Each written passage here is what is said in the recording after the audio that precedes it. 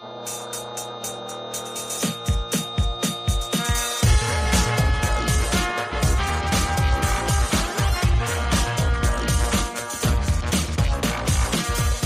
it's episode 176 of New Meta Podcast. We're back. Another week in the patch. Games have been played. Marco and Adam, welcome as always. How's your week been, Marco? Hello.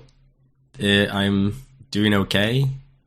Did catch COVID, so the week has been a little bit subpar. What a loaded question. How's your week been? I already knew how his week's been. I know he's got COVID. So, Saj, I can give you the off-topic ramble about how tilted I am to get it. Yeah, sure. But I don't know how interesting it really is. What, particularly tilted, more than usual? Well, it's all an interconnected, convoluted story about going to the cinemas and having a bad experience 2 years ago watching Joker. Was in the Odeon, like £5 ticket, near release. A bad experience. Well, you got scared by like a clown sitting next to you. No. It was genuinely tilting because there was people just kind of laughing and talking, giggling in the film, and it's a pretty intense, heavy film. It's not like some scenes are not to be laughed at. Like it's quite like mental health issues going on, and it's just like people ruining the vibe. So anyway, when this new film, The Batman, came out, which I went to see last weekend, I was like, alright, fuck this. I'm going somewhere to price out the motherfuckers that are going to be annoying. So I was like, I'll go to this £15 every man's cinema. There's no one's going here that's going to ruin my experience, right? Like that can't happen. So I get there, and it's a great experience on these sofas. People come round, like take your order, get your food and drink in. It's all lush, loving life. The issue is then on the seat/sofa next to me, there's some guy who's just clearly unwell, sniffling, coughing, just clearly not 100%. Yeah. Sat next to me. And I'm like, okay, the person had a mask on, like not a UK person, wearing a mask. I'm like, all right, respect, fine. It seems okay, but not really thinking anything of it. Obviously, after like hours of this crap next to me going on, I'll turn around and like later in the film notice, all right, the guy's not wearing a mask. He just gave up on that. No consistency. Then just can't be arsed even though he's coughing everywhere. Anyway, I don't think anything of it until I get symptoms like the next day and the Monday, and I think back, like, when could this have happened? And what's actually happened, so the full 180 is, because it was such a good cinema experience where it's like high cost to entry, we were sharing this kind of wood sideboard where you put your food and drink. And so I'd put a drink there, a glass of wine of all things, but he had his like food and drink as well. So I bet that he's like getting that and then just like fucking gargling all over my drink, and that's probably... Yeah, and since it was a theater where you were, buying food, not like like nicer food, people were having their mask off, eating their nicer food. Yeah. Oh, yeah. And then, you played yourself. So, but yeah. But really, that guy had no business going out to a movie theater, though.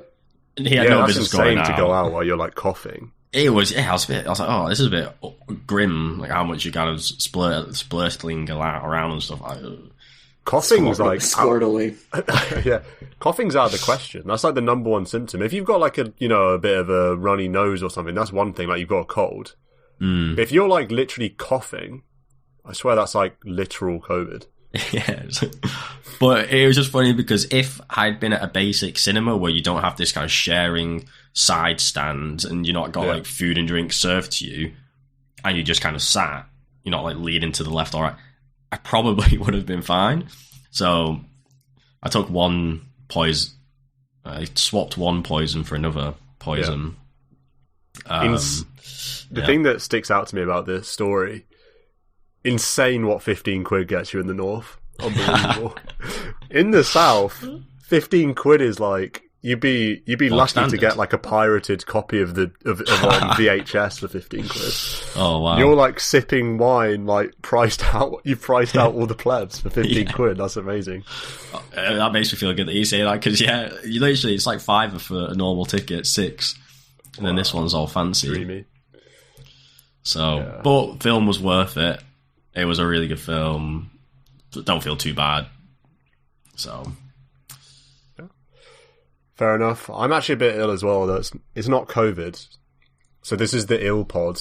So Adam's the only healthy one here. The undying pod. Yeah, listeners beware. Listeners beware. Don't listen to us too closely. You might catch it. Yeah, I have an ocean between me and you guys, so I'm safe. Yeah, I think we'll be all right. Stan, did you go see the movie too? No. Have you Okay. seen this Batman film? I have. I want to, but I was going to say if you both had gone and you're not feeling good, and I didn't go, we all know. I mean, it's like Batman gave y'all COVID. Yeah. So.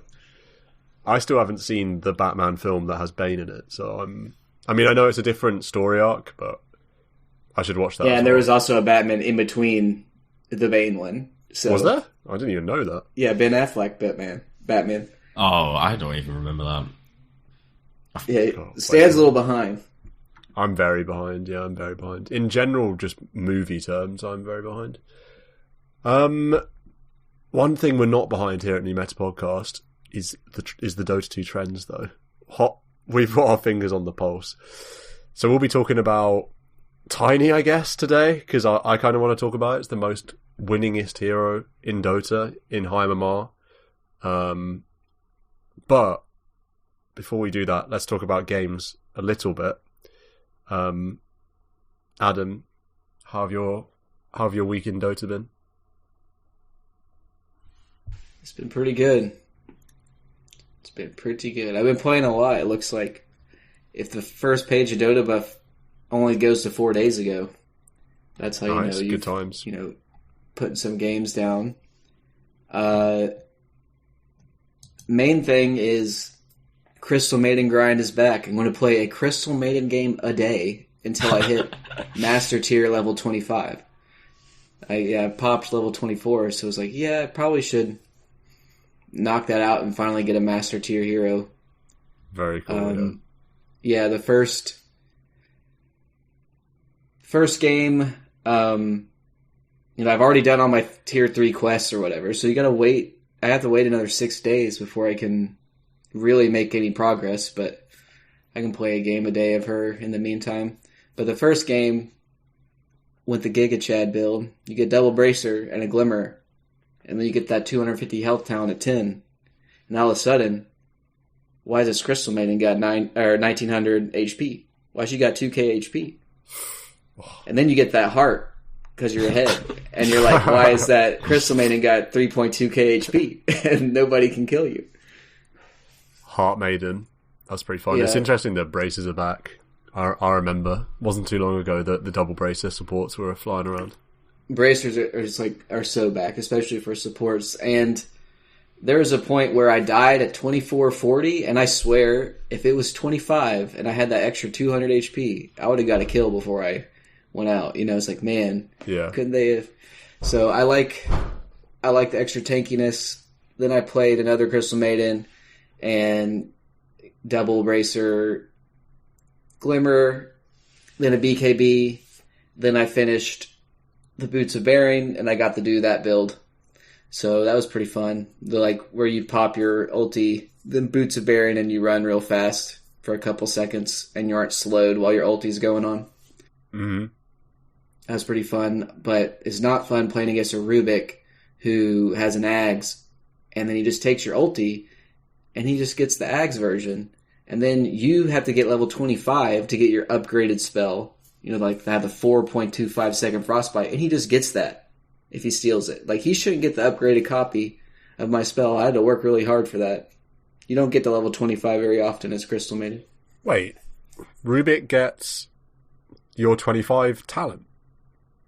He definitely did, because he was just freezing my... Unless, I guess, does he have debuff duration right now?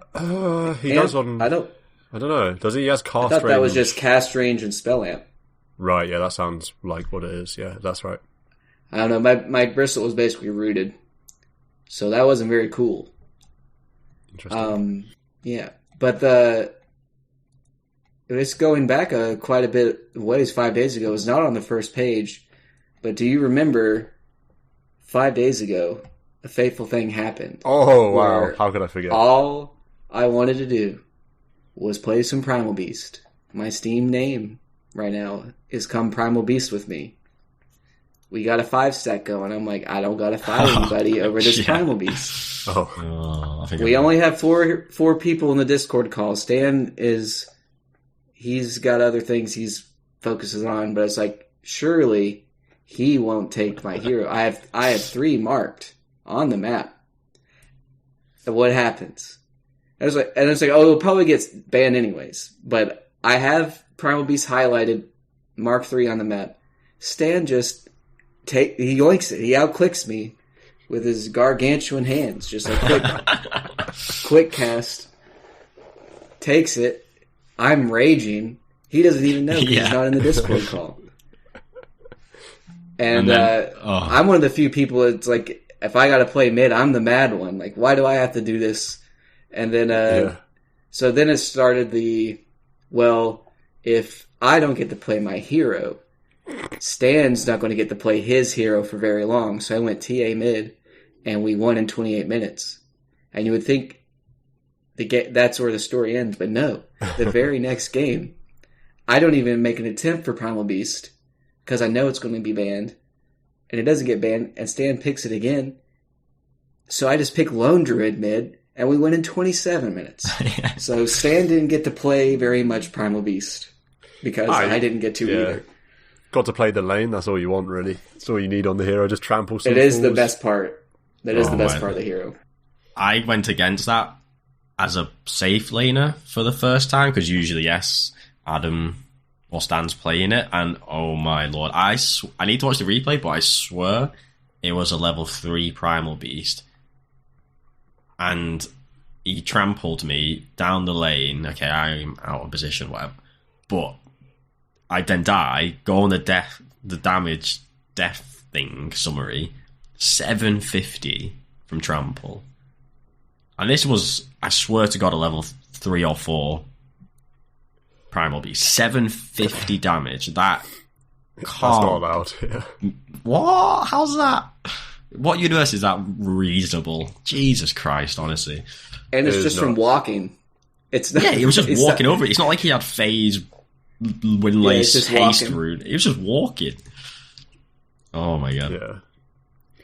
A weird trick with the Primal Beast, I don't know if you've seen this, but if you get trample level 1 and you can cut the wave completely with trample, so you go in between tier 3 and tier 2, or between tier 2 and tier 1 enemy, and when the creeps are walking past, you just trample, kill them all, and then you get level 2 because no one there taking your XP. And then you just turn up, the enemy is hitting creeps under their tower, which is like kind of nasty, especially when there's a level 2 Primal Beast, and just life's good. That's an interesting side lane trick. One trample kill the wave? Yeah, one trample full, kill the wave, or would you have to right click them? No, you just trample, because they don't take right clicks, I don't think. Sure, okay. Until they're close to the tower. How can a level 1 spell wipe a creep wave? Yeah. What spell does that? I'm trying to think. You gotta Ion Shell. You can Ion Shell an enemy creep and kind of do something similar, but not very many spells do that. There used to be Techie's Cheese. No, but I'm thinking of Laguna Blade with the Ag Shard, where it becomes an AoE Laguna. What DotA spell is killing a creep wave on its own outside Iron Shell for 25 seconds? Yeah, there isn't one, I don't think. Are you talking about level 1? Yeah, level Earth. What's it called? Echo Slam. Probs not. What spell? Black Hole maybe gets close. And this is a level 1 basic ability. It's absolutely insane. Meteor and Invoker. It takes 3 Pugna Qs level 1 or something. Oh yeah, more than that. At least, yeah. How I don't get these numbers. Yeah, that's conceptually, hero seems fine, cool. Yeah, the numbers are just really high. But the numbers, what? Yeah. So, I think after I got 750 damage trampled, my respect for any Primal Beast player retrospectively went really far down, because I was like, this is not acceptable. Yeah, I agree with that. I'm not the type of player that can get 27 kills the second time playing something. So that kind of shows you the problem with the hero. That should have been the first red flag, is why is Adam getting so many kills? Because that doesn't ever happen. Yeah, it is a nutty hero for sure. Because it's not just the W. You get every last hit basically with that ult. By like just slamming them into the ground, it's just like you steal so many last hit kills with that. Yeah. Also, it seems to me no matter what build you go, you do 1 trillion damage with trample. Like, I was watching some streamer with, like, 1 point in trample, 1 point in Q, and 3 in uproar. Trample over someone and just nuke them, like this level 5, just completely nuke them anyway. And it's like, what? The spell, like, you just get 1 point and it's still the best spell in the game. Like, level 5. It's kind of nuts. Does the, bonus damage from uproar work with the trample attack damage multiplier? Do they synergize? It must do, yeah. That's why it's so insane, yeah. That's why you only need 1 point and it's still good. Yeah. There's like 2 ways of going about it, right? If you up the trample, you're getting more base damage bonus from the trample. Or you can just get the E, and you're getting more damage from that, which goes into the trample. So, yeah. Yes. It's pretty good. So when you get both at level 9 or something, if you're level 10, then it's everyone's dead. Yeah. Yeah. Weird. I thought, Adam, when you were going to talk about your past games, and you said, do you remember this? I thought you were going to talk about another monumental game that we played this week, which was about as close to a loss as is possible to have. This being the game posted to the Discord in which our throne got down to 8 HP. Oh man, what a week! What a week! If I don't even remember that game, man. Yeah, I can't remember what heroes you were playing. I was Axe. Were you? I can't remember what I was playing. Oh, I was Rubik. I was Rubik. Yeah, that was a nuts game. This was a 44-minute. Yeah, I mean, there's not much else to say. Our throne got to 8 HP. That's all you need to know. If you want to see photographic evidence, it's on the Discord. And it was really extra sweet, and I think Marco will appreciate this one, because I played Rubik, and there's a PL on the enemy team, amongst other heroes, and I basically, in the sort of late laning stage, go for a kill, a bit divey, get it, and, like, juke into trees, like, way into enemy position, but I have no TP. So I'm, like, just kind of stuck there. And then I try and make it out after, like, 20 seconds or something on low HP. They see me on their POS 5 Shaman and the POS 1 PL that are both in the safe lane. And it leads to this wild goose chase where I get out on 1 HP and PL dies because he, like, chases me because I'm on 1 hit for ages. And I'm, like, dodging. It's basically just, like, some sick dodging plays that lead PL to, like, get frustrated and dive and die. And then I tip PL. Yeah. Which you love to see. And then later on in the game, when we're on the back foot, PL kills me in a team fight. Like, congratulations, you're, like, a top net worth PL killing a Rubik. And then he's all chatting, like, tip me again, tip me now, like, tip me now. And I'm like, oh shit. So I just do, like, smiley face or something. So he was obviously, like, he was into it. He wanted to win. And then, obviously, we win the game after getting our throne to 1 HP. And then, like, post-game chat, we're just, like, messaging, like, got any tips left on PL? Like, any tippers? That was a lot of fun. Also, it was fun because, I mean, this is the case with any Dota game, but it's even more apparent when you have a game where you win and your throne's on 8 HP, or you lose if you're on the other end of it. Every minute small thing that you did that directly meant you lost the game, because it's 8 HP on the throne. So PL is, like, microing illusions a little bit as he's hitting the throne, which he didn't if he hadn't done that, we would have lost the game because it's 8 HP. He's like trying it's to bait 8 us HP. into... Yeah. It's like anything. Throne regens 12 a second, which means there's less HP than there is regen on the throne. It was wild. And also, like, we've had Ron in the game, great friend of the pod, on an Undying, and he's just, like, hitting Shaman wards for, like, 10, 15 seconds while we're trying to kill PL who's hitting our throne.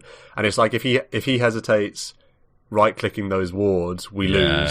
And also, after PL dies, I lift an illusion, disable, like, as we're killing PL. And if I didn't lift that illusion, we would have lost. It's like, also, you know, if I didn't fade bolt, if I fade bolted a second later, we would have lost. Like, all of this, everything.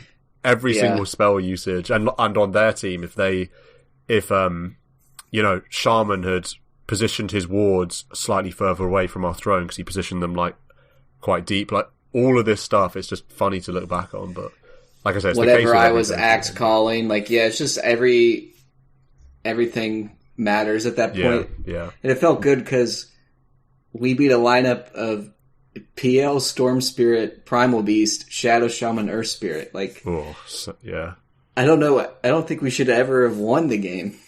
Yeah. To begin with, but what was the situation? Was it to them throwing bodies to get the throne, or was it like a fight turned throne? Well, I think we were ahead. I think we had taken a Rax or something, and we lost everybody, and then they do like a GG push, and they take like tier 2, tier 3 Rax, tier 4s, and it's like, man. And then it's just like people respawn, and it becomes a throw your bodies, try and hold the throne type of a deal. The crazy thing about the game was, though, so we're ahead, we're like 9k ahead. We do a push that fails, and then they do a big push, which we hold just. But the game isn't at that point like, oh, they threw everything at the throne and they didn't make it. The game's over. The game goes on for 5 more minutes, and we don't win the game right there and then. It's not like they're using all their buys. I don't think they had buys, because when we defended, we didn't just go up the other end and finish. There was like a skirmish, maybe 2 team fights that then subsequently we got picks while people were still respawning. Yeah, stuff like that. So they were never full strength again. But we were terrified. And also the throne HP, they buffed it a lot over the years. So the HP regen is quite nice, because a few years ago it wasn't 12, it was much less, and we would have been in danger of, say, Storm just zipping into throne and trying to kill it, going for some push. Shaman backdoor shenanigans. Yeah, some stuff like that. But we had a hero on the base for a little bit, and then when our push started, we just went. Yeah, that was a big win. Yeah, you stole Shaman wards in their base. Oh yeah, that was nice for our GG push. For the GG push. Yeah. You're gonna have to edit out that nose blow. Yeah, sorry. I just tried to mute. I don't know if I succeeded. Doesn't matter. I'll edit out stuff anyway. Can I? I was gonna say, do you have anything any games or anything? Well, to backtrack that game to the tip and the tipping meta. So these days, I feel quite generous with tips, and I really see zero value in them. So I end up using all of them by minute 4 kind of thing. So I'm really just like trigger happy with them, but I just find it hilarious when people still get tilted by them or still see them as like they used to be when they first came out. Oh, this is BM, like your passive aggression is maximum. But now it's like, well, we've had them for years, like the most meaningless thing ever. You just throw them all out early game. So when someone's like, you tip me, bro, what are you doing? Yeah. I'm like, oh, it's just too funny. Yeah. Tip match is funny. I just remembered in the first Crystal Mania game I played, there was a moment where we kill a Pango and he rage bot back and TP'd in, and we killed him again, and he just got 5 tips from our team. And he's just like, GG in. And then after the game, he was like, hey, by the way, love the pod. And it's like, yeah. Oh, sick. No. Let's go. Yeah. Wow. if you're listening to this, I don't know what to say. Get tips, I guess. Yeah, thank you. Enjoy your Dota shards. Marco, did you have any like PSA? I feel like did you have anything like PSA general thoughts of the week or anything you want to share? There was one thought aside from games. So I've watched a few new from UAs this week, catching up on the pro gaming, and actually it's quite refreshing to watch pro game highlights after not having watched them any pro games for ages, really. Mm-hmm. I know this Galaxy Gamers tournament was going on, and it looked pretty good. Good teams, LAN, Notel, Kuroki casting. It did look really cool. So, saw a few new from UAs. You know 9 on Tundra? Yeah. If I wasn't so elitist and just only backed EG or Legend, TI, Dota 2 players like Kuroki and Puppy, I would actually be like the biggest 9 fan.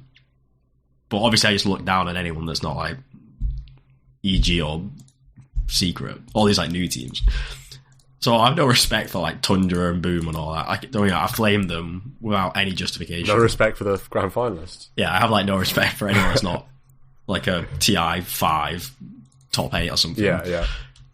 This 9, so he's played quirky heroes in the past like a Sky, and in the grand final, so game 1 he's Legion mid, and then game 5 he plays Jakiro mid. Yeah, Twin Ed mid. Yeah, Twin Ed mid, and I guess we thought okay he would do bits against the TA on the enemy team because it is meant to be a good matchup, but TA somehow, TA survived the lane fine and went 14-0-10, so the pick was a bit shit. But game 5 grand final going mid Jakiro was like, I actually should be a massive 9 fan.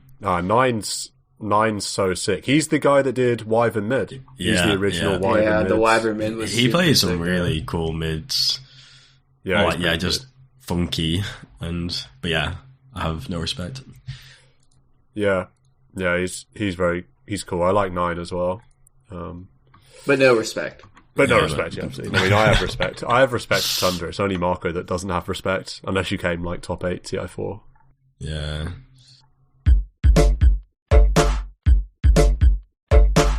Let's talk a little bit about the strongest hero in the game at the moment, Tiny. So this hero has, just to crunch the numbers, this hero has a 55% win rate in Divine Plus this week. And in pro games, I believe it's even better. So in 7K plus games, it's... Okay, so 55% as well. So it checks out not only in Divine Plus, but also in 7K plus. It's a carry now. This hero, I feel like, at its best at the moment is POS 1, where you don't even really care very much. You care about the combo, but, like, not really. You kind of want to be so farmed that the combo doesn't matter, and you just absolutely slap people with Shard. Marco, what did you discover about Avalanche today? Oh, man, I thought I'd be able to use that bad boy combo. So now it's... Yeah, really punishing. It's just a stun now, yeah. And they've also... So the radius of toss is slightly bigger as well, so it's slightly more fail-proof. And if you get caught by that, it seems really brutal, because in the past, you would itemize against a Blink Tiny, you would get BKB, or you would get yours... And that would work. Could you force staff back in the day? Maybe not force staff. Well, the reach potential. Yeah, you could force staff, and the reach potential now is the full length of Avalanche. Because back in the day, if you got Blink tossed, you're stunned. Whatever, that's the combo. But back in the day, if a Tiny wasn't quite in range to Blink toss, but was in range to Blink Ava, he would blink Ava, but then you'd have a chance to use yourself, BKB, 4-staff, whatever. Now, the Tiny blinks Ava, and it's a full stun, so then he just closes the distance, you have no chance to BKB or anything, and then just tosses you. So actually, the duration that he can keep you stunned is so much higher. It used to be just toss, and now it's toss plus 1.4 second stun. So it's kind of nuts. Yeah. And then it looks like the tree damage is net way up, because I know that there was some nerfs to the damage of the spell combo and of the spells themselves, but now it feels like, because you've got this base damage from the ult, and then you've got things like 50% more with the tree grab, then a talent to make that 50% more as well. It feels like you've got now just constantly more damage to work with. Well, you're also guaranteed to have your big farming item 5 minutes faster, too. Yeah, that's true. The permanent tree grab. Yeah, you get a better Battle Fury guaranteed at 15. Some AMs don't even get a Battle Fury at 15. Yeah, for sure. And also, for a third of the cost. Yeah, and another thing he gets, obviously, is on Grow, he just gets 300 bonus. This is at level 18, but he just gets 100, 200, 300 bonus damage when tossed. On toss. Which, I mean, is kind of nuts. You just get bonus damage. So, he does just have I don't know way why more they damage just now. why they buffed him, because it was not that long ago when he was a scourge of TI with the tiny lichen. Yeah. And then the TI before that, he was like a nuts mid. And then the TI before that, he was a nuts flex pos 4 mid. For like Tiny, I'm sort of sick of him being the best hero in the game. I really don't care for him, only because he has insane HP on top of all of it. Yes. So he's very hard to nuke and get through. So it's very frustrating, and I mean he's like a better Sven. You know what? The God Strength. He's already God Strength because he has 1 million, HP and strength and stuff. And then if he has an Echo Saber or a Silver Edge, my God, Silver Edge is one of the most frustrating items. Everyone buys it now. Yeah. These heroes just pop out of nowhere and yoink you 100 to 0. Yeah. Silver Edge is an absolutely nuts item. On some heroes, Tiny being one of them, Kunkka being the other one that comes to mind. So grim playing against these heroes. He's no longer slow because he's got Silver Edge. He has no attack speed problems because he has Echo Saber. Or he farms so fast he gets the AC. He doesn't have HP problems because he never had HP problems. And he's going to buy a BKB. So he doesn't need any items. I'm trying to figure out where the weakness is on the hero. It's like, well, just kite him, lol. And it's like, that's easier said than done. He has, he already is going to build all the things that make him not kiteable, because the Silver Edge cooldown is so low that you just kind of like, I Silver Edge into the fight, yoink a hero, and then I just kind of stand my ground and hit things with a tree. For 1 million, for more range, and then I just Silver Edge away and reposition. And that's not even getting into the combo. That's just your physical right click stuff. And then he has the Giga damage on top of it. Yeah, so he needs no items to be tanky. I mean, you get an Echo Saber, like he's got some strength, cool, but just inherently very tanky hero. Also, you say, what weakness does he have? I feel like once he gets an attack speed item, AC or Moonshard, if he's farmed, then it doesn't seem like he has a weakness. Then it's just like he's an absolute truck, and he nukes buildings like faster than a Lesh.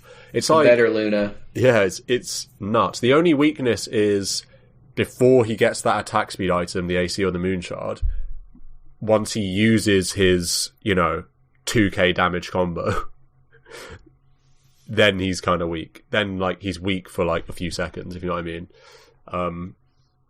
But that's, such a minor thing. But that's why he's played carry, right? Because he's so good with farm. It used to be the case that you get Blink, and that was the biggest power spike you could ever hope for, and he's played POS 4. Now, the way the hero's kit is, it's like he just gets even better and better and better with farm. And those problems that he has with attack speed on Grow don't matter when you have a Moon Shard and an AC, or even just a Moon Shard. You don't even need your Mask of combo Madness anymore. if you go that way. Yeah, it's just, I guess he has relatively low armor, but it doesn't matter because you get armor, right? From Grow or from something later? Do they change that? Yeah, you get Grow armor, yeah. Significant, 24 at level 18. Yeah, okay, so he doesn't have armor problems. Yeah. Oh, he's kind of nuts. And then he gets status resistant. Well, I suppose you can get toss requires no target. In terms of the talents, I actually like 10 strength at 10 just for a bit more damage and tankiness. Then I get, if you're pos 1, you're going to be going tree grow bonus damage. Status resist probably, and then 2 toss targets, so you can just keep someone tossed for like 20 seconds when you've got 3 tosses while you're still wailing on them with attack speed. That's basically going to kill any hero, regardless of whether they're pos 1, 2, 3, 4, or 5.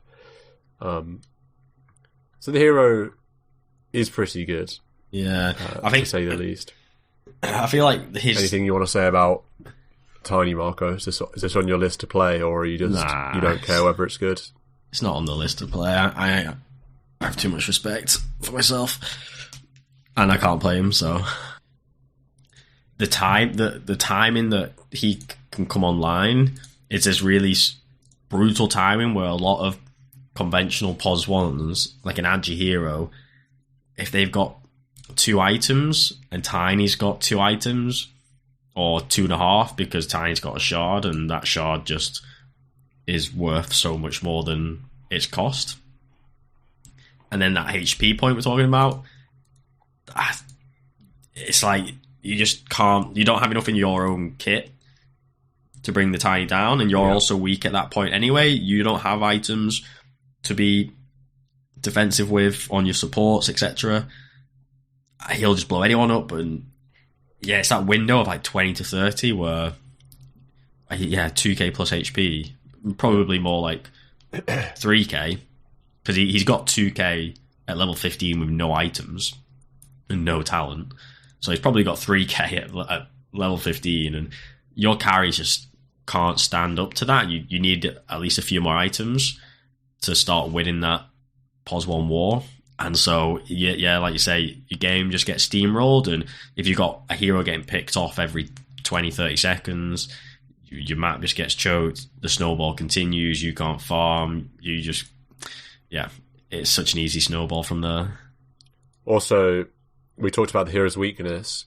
Avalanche has a 14-second cooldown when it's maxed. Well, that's a blink, isn't it? It's like you're blink killing anyone every 15 seconds. Yeah, so that's what I'm saying, is even if you're relatively grouped or you're around a hero, you're the carry, say, and you see one of your heroes get nuked, or you see Tiny use a blink combo, in theory you've got this 14-second window to go and kill where you're going to have higher DPS than this Tiny. But the combo is so punishing that you can't ever commit, because if you are like even 3/4 HP on your whatever, PA Jug, Slark, I mean, full HP if you're a Terrorblade or whatever, unless you're killing him in 12 seconds, you're going to die. He's just going to turn and kill you. And if you're getting one stun from one of their supports, and then there's no way you're going to kill the Tiny, and then suddenly you're in massive danger, he can just turn and kill you. So it's like, it's not just that it's a weakness. Like, sure, it's a weakness in theory, this Avalanche cooldown, once he uses it in the mid game when he doesn't have AC Moonshard, when he isn't just online as a carry, he's still relying on the combo at this point in the game. It's such a bait, because if you don't 100 to 0 them, it's like it's like Sunder. It's like you're just going to die now. So it's so grim. It's really hard to capitalize. And even if you're next to him, trying to take him down, he can stand and right click pretty well also. Doesn't need his spells. So then that's pretty tough. So in this 20 to 30 minute period, because he's got so much armor, so much HP, and you're probably relatively not as strong if you've got conventional heroes, you do have to blow so much 5v1 all spells on him, it feels. And then if he's got a team backing him up, that's just not a winning strategy. So it's hard to play against, I think. I think it's very easy to execute blink blow, unkillable. Well, you don't even get blink if you're playing at pos 1. Just Shadow Blade. Shadow Blade in. Invisibility, invincibility. If they try and go on you, if as long as your team's awake, not alt tabbed, it's like, yeah, easy follow up. Yeah. It's so easy. Seems good. I think it's another reason I like Tiny is it's so easy to play around if you're a support. You just sit behind the Tiny, if it's carry. Or if it's like some mid with a blink, then it's another situation. You've got a death squad. But you can just sit behind your Tiny. He's not going to get blown 100-0 for the first 30 minutes of the game. That's probably not going to be possible. And if they ever try and go on him, it's like the easiest turn ever because you just stun or do whatever you have in your kit as a support. And then Tiny's going to turn and do the rest. It's like, it makes your life so easy, I think. It versus trying to play around some spec, some Slark, some other pos 1 that doesn't have this innate, redonkulous burst damage. They go on them, then suddenly it's not as free to pop out of the shadows and use your spells because they might turn on you because you don't have a Tiny that's going to kill them in one Avatos duration. Yeah, like that playstyle is typical pos 1s. What happens later in the game, like you hit the late 20s when Anti-Mage has got 3 items and is able to farm aggressively and be like, yeah, +1, back me up, we can find kills, or I'm not so weak anymore, I can be more aggressive on the map. That timing takes a while from normal pos 1s, but yeah, for a fast Tiny, it's like, yeah, I'm ready to go at 15 minutes deep into the enemy side of the map whilst they farm. Oh, hero, let's kill. Oh, can I die? No. Easy. Yeah. So it is worth saying at this point, some of the heroes that are good against Tiny, and it's not really a surprise. First of all, they're not that good at Tiny. The hero with the biggest advantage only has 3%, which is nothing compared to most heroes. A lot of heroes, you'll see like their worst matchups be 5% or something. But it is heroes that, I guess, punish that Ava cooldown, that running away timing. So, first of all, can any of you guess? And I'll give you a scenario clue if you need. So we mentioned the weak point being this Avatos cooldown. If you've gone in quite deep to get an Avatos kill and then you're running away, what hero would you hate in that situation? Bloodseeker. Interesting shout. It's not Bloodseeker. I feel like sort of the right idea though. Bloodseeker does have an is 1.5% minor advantage.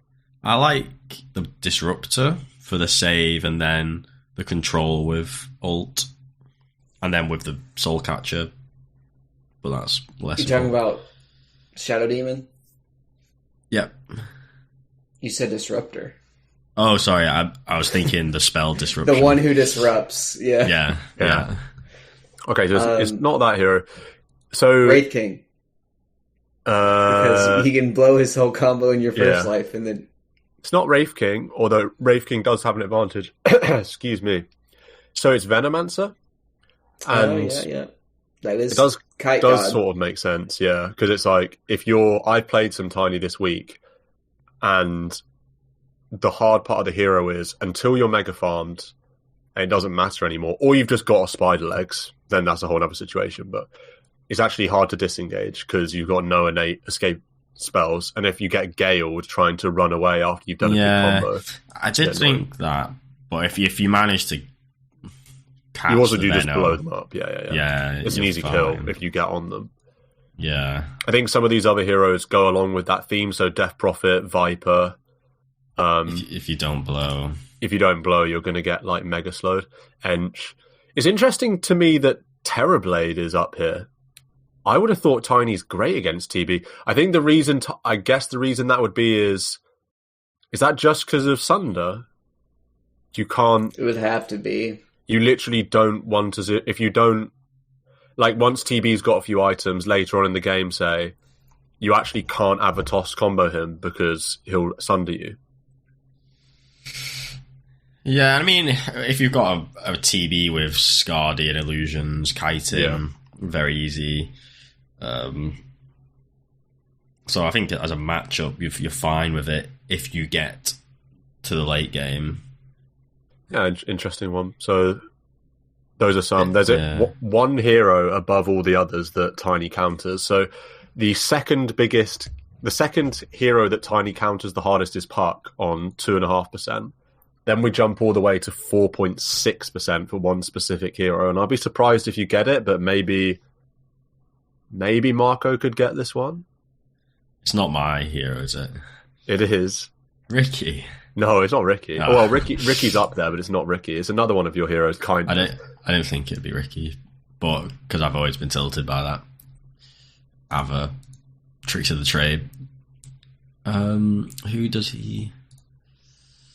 I don't really know what's my hero these days. So it's a hero that one of the heroes that you hate to lose on the most. It's an AM. Yeah, it's anti-mage. Don't pick AM against Tiny. Yeah, that's all we can take from that. Yeah, that's just all these points is like everything AM doesn't want to see. Some big meaty hero running down lanes when you've so squishy, can't come online on time. Then you've got stun locked for ages, or it takes you about a year to kill him as an AM. That's no good. Yeah, doesn't really care too much about mana later on, and then also just like you get tossed 3 times post level 25. It's like toss, see you later. Yeah, because you don't. I guess you can BKB through the triple toss, or can you not? I have a feeling like you can't. I actually feel like you can't if it's right. Yeah, I feel like you can't as well. Yeah, another grim one. I will say I lost most games against Tiny this week, but the one I won, I was a Crystal Maiden, and that felt okay. If you're not the one getting blown up. Because you can Crystal Nova slow, you can root him in place, and if he does use the Avalanche toss, you can channel your ult next to him. So, and that you do have armor in your ult, so you don't immediately explode. But shout out to Crystal Maiden.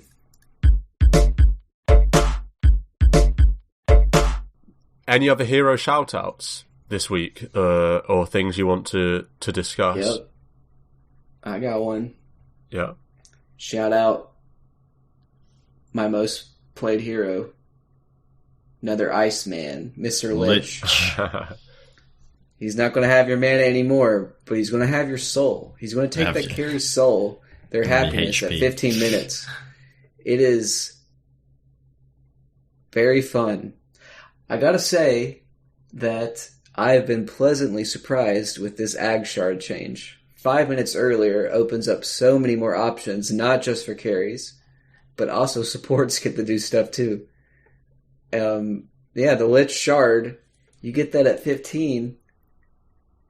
There's nobody going to get a BKB at 15 minutes. You get that shard, you get a smoke, you go find the carry, you solo them, and then you just repeat it. It is so much fun to just solo a carry with your ult. Yeah, and after that, it's just gravy. Makes me want to play mid-lich. Yeah. I guess it's kind of grim to spend all your gold on an item that doesn't give you anything, but... No, but you can... Ooh, I mean, you can definitely do that. I know, it gives you kills for days. You just buy the E-Blade is sick on him, because it gives mana regen, which is his problem, so... Yeah. He's, the new E-Blade's very good for him. And that just would add to your solo kill potential, if you wanted to do something like that. Yeah. I actually want to play mid-lich now. I feel like it just lets you, you get to do so high impact plays now. This is not like some boring, which is what it's what I grew up on. It's what I honed my skills on Lich is very boring, but that's what I liked. I liked taking that range creep, every so often. And then it became, I really like just spamming the Q on people and making them real sad because you're just so low cooldown and they can't keep up with the damage. Yeah. Now it's just like you actually get to be a playmaker. So I don't think people expect Lich to be making plays, but all of a sudden we lost to it, and then this like absolute Chad of a Lich got like a blink, and he just would blink in. He must have had wards around the map. He would see where our PA was blurred and like hitting creeps, and he would just blink on top of it and blow up our PA over and over again. And then that PA, we played again, and he played Lich, and then he was just soloing everybody, and then it was like, I gotta play Lich now, and then I was soloing carries. Like, soloing a Wraith King, his first life, and then everyone comes back, and you just get him on the second life, that you feel like super powerful. So it's not like something that Liches normally get to do. Wow, making the listeners play Lich. I never thought I'd see the day. Yeah, I would recommend it. People try it. It's not a dead hero by any means. I mean, the hero is a dead character, but it is not boring. It's so satisfying landing like a massive Chain Frost. That is an eternal characteristic of playing Lich. Yeah, and this is... I mean, the spells are all high impact. Yeah. Frost Shield, very pog to throw on a carry. Everyone sleeps on Sinister Gaze. It's super, super strong. It is pretty long range. And there's like so many builds you can go.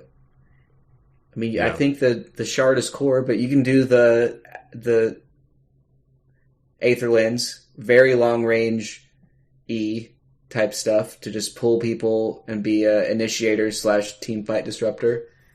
Mm-hmm. You can get the Ags on top of that, which you become... I mean, that's like a better vacuum on a lower cooldown. Yeah. Or you can just do E-Blade or just the normal, support stuff. Glimmer's always good on him, Force Staff. Yeah. But it's nice to have a hero with options because Lich did not used to be that guy. So I gotta say, when I first read that patch line, I thought this was a terrible change, but I definitely will say I was wrong. I think the 15-minute change on Ag Shard is a lot of fun for supports. Interesting. It's not fun for Tiny. Not maybe a little too strong for Tiny, but that might be the Shard is too good. Yeah. Or the hero base kit is good. Yeah, I like the shout. It makes me want to play Lich. Which is, I'm not sure if I'm feeling okay. Maybe it's the illness making me want to play Lich. But before we go, a quick word on this Gamers Galaxy thing. Marco, I don't know if there's any heroes you saw, not to go into too deeply, but any heroes you saw that made you think, wow, I'm interested that hero is so good in the pro scene right now. Or stuff you watched and was like, damn, that looks really good, sort of thing. It was interesting. So I saw kind of the later lower bracket final, grand final. Boom won with Tide a couple times, and Tundra won with Tide as well once. So surprising to see that hero really successful. I think where it falls short in pubs. So when I watched it in these games, it was such a potent force, and it had really good net worth. And I feel like whenever I see Tides in pubs, you think it's a Ravage and that's it, and then you get this kind of subconscious drag into becoming a POS 4, where you're just about spells. When actually, and as these winning games showed, if Tide's got gold, that damage output can be strong, just unkillable nature can be really strong. You're almost like a Timber, the way that it was being played in some of these games, really aggressive, really like pushing the towers really strong, really hard to kill because it's got items, and then doing a bit of decent damage as well. It was like getting Ag sometimes as well. It's all about the gold, and I think a lot of times POS 3s in pubs forget that they do need to be farmed. I think Tide's one where you do really need it. But anyway, I thought it was quite interesting to see Tide have a success. There's quite a few repeats. Boom had this TA mid just stomp the last 2 games. That was kind of impressive. There's a lot of Crobs. I think Pod's 5 Crob seems dirty. Like you'd see some games where like 2-3 heroes, or like the mid Mars. Oh, I think that was another hero. 9 plays from the mid Mars. 1 game.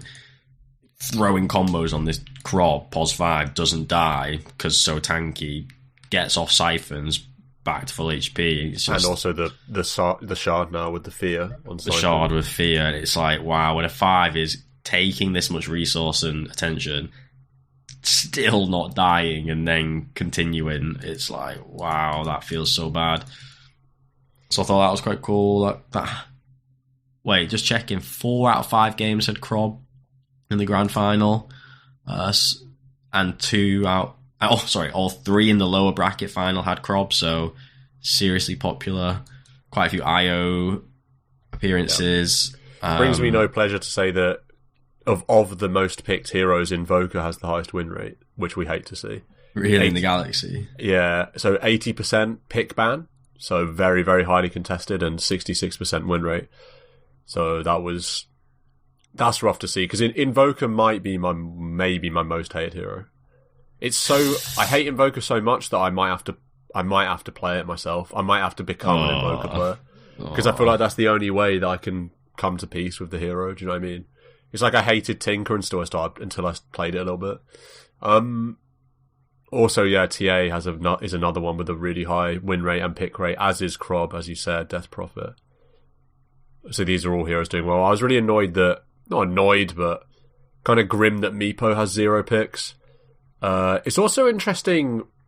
One of the more interesting things, as well as the heroes that have seen lots of picks, is some of the ones that haven't. So Wraith King, which is like the ultimate pub stomper at the moment, had 1 pick the whole tournament. I was surprised by that. I really thought Wraith King would be contested a lot, because it's not like it's some pub only hero. You often see loads of Wraith King in the pro meta, but not this time. I think. Yeah, it used to be big at TIs. It's been big at TIs sometimes. It's never like the biggest thing, but it definitely does get played a fair bit. You're not just getting confused with K1 Hector. Nah, I love plenty of Wraith Kings flying around. Nico Baby loves a Wraith King. RTZ Wraith King. All these failed teams. Yeah. Also interesting that is Dawnbreaker? Yeah, of course. Dawnbreaker's in. Almost for a second I was like, wait, is Dawnbreaker in TI? And then I remembered in Captain's Mode. And then I remembered all the pro Dawnbreaker games I've seen. Interesting that Dawnbreaker was ignored completely, given that the hero has such a high win rate in pubs as a 5. So that was kind of interesting as well. Yeah, I guess other heroes just pit more successful just play dying. Play Crob, and Dying's got an 80% win rate with how many? Oh wait, only been picked 5, banned 10, so quite low. And then a few heroes which never got through, like Bat, Razor, Beast, Puck, very high ban rates, and so they only got through a few games, which is interesting. I think Bat Rider is, a lot of the pros love the Bat Rider, or it's definitely very high regarded. I felt like that was talked about quite a lot. Yeah. Anyway, there you go. So it's an interesting dive back into the pro meta. Let's call it there, and we'll be back in a week's time with more Dota 2 to cover. And I'm going to tease a return of Stat Corner, hopefully. I do have a busy week next week, but hopefully can compile a Stat Corner. So that's the cliffhanger. That's the catch to get all the listeners back. And we'll see if we're all still horrifically ill, or if me and Marco have recovered and Adam's gone to the cinema and contracted some horrific virus. No cinemas for me. Yeah. Until next week, have a final whistle.